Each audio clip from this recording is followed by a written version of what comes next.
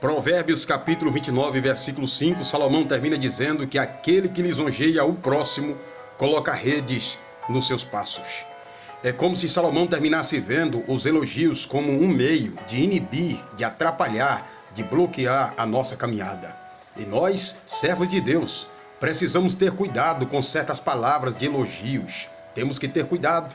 E eu vejo na Bíblia três exemplos de pessoas que receberam palavras de elogios, palavras bonitas, mas que este mesmo povo que estava elogiando, depois, em alguns dias, ou até no mesmo dia, tiveram desejos malignos de destruir estas pessoas que antes estavam elogiando. E muitas delas estavam até elogiando, sendo usadas por Satanás. Por isso, nós devemos ter muito cuidado. Eu vou contar então os três exemplos aqui da Bíblia. O primeiro exemplo está em Atos capítulo 14. Paulo e Barnabé vai pregar em Listra. Paulo começa a pregar a palavra. Um paralítico ouve Paulo pregar a palavra, crê na palavra. E Paulo, percebendo que ele crê, para o sermão, olha para o paralítico e diz: levanta-te sobre os teus pés. E a Bíblia diz que o homem se levanta, passa a andar. Quando aquele milagre acontece, o povo daquela cidade passou a ver Paulo e a Barnabé como deuses, a tal ponto de chamar Barnabé de Júpiter e Paulo de Mercúrio. E aí começou então a eclodir por toda parte palavras bonitas, elogios, venerações, a tal ponto de querer adorar a Paulo e a Barnabé. Aí Paulo, por sua vez, começou a não dar a mínima, a desmerecer aquelas palavras de elogios, a dizer para aquele povo que eles não eram deuses, a dizer para aquele povo que eles não podiam adorá-los, que tinha que adorar só, unicamente a Deus. Sabe o que acontece? Diz a Bíblia que esse mesmo povo que estava elogiando a Paulo e a Barnabé, passando alguns momentos, nasceu no coração daquele povo um desejo de destruir a Paulo e a Barnabé. O segundo exemplo é o que está em Atos capítulo 16. Alguém que estava elogiando a Paulo e aos seus companheiros, porém o elogio vinha da parte de Satanás. É quando Paulo ele termina chegando em Cesareia de Filipos, começa a pregar a palavra e atrás de Paulo, por muitos dias, uma moça, adivinhã, começa a acompanhar Paulo e seus companheiros e começa a dizer: estes que vocês estão ouvindo aqui nesta cidade são servos do Deus Altíssimo. Quando aquela mulher dizia tal coisa, Paulo sentia repulsa, Paulo não se sentia bem. E aí chegou um momento que Paulo repreendeu o demônio que estava sobre aquela moça e ela ficou liberta e não disse mais nenhum tipo de palavra de elogios ao servo de Deus, o apóstolo Paulo, e aos seus companheiros. O terceiro exemplo é o que a gente vê na Bíblia em Lucas capítulo de número 19, a partir do versículo 43. Jesus vai entrando em Jerusalém, a multidão começa a dizer: hosanas, bendito é aquele que vem em nome do Senhor.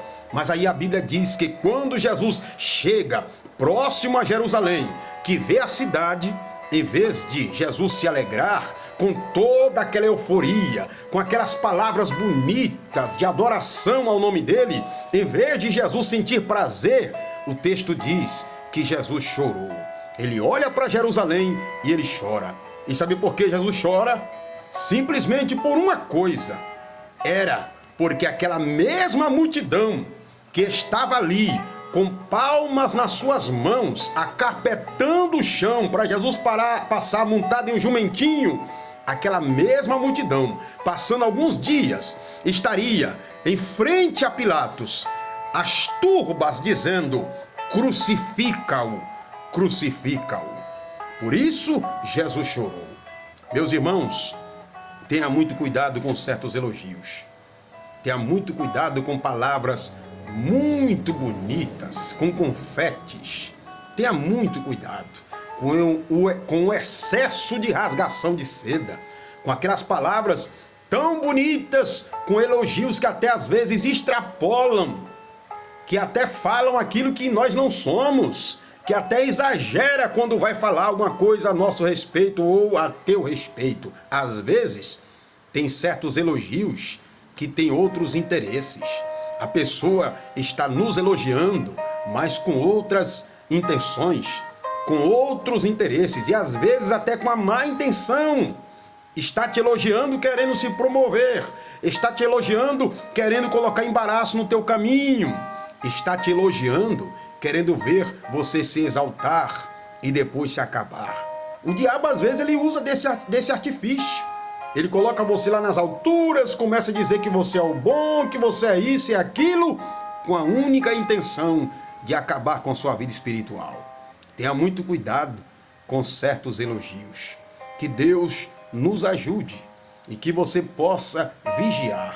Fazer como o apóstolo Paulo, quando a mulher começou a dizer: estes homens são servos do Deus Altíssimo. Paulo repreende. Era como se Paulo estivesse dizendo: você não precisa falar por mim. E eu ouvi uma certa vez um pastor dizer que quem é não precisa estar divulgando o que é. Deixa que o povo vai ver. Você não precisa dizer que é homem de Deus, que é profeta de Deus, que é ministro. Não precisa. Deixa que o povo por si só dará testemunho daquilo que você é. Não foi assim com o profeta Eliseu?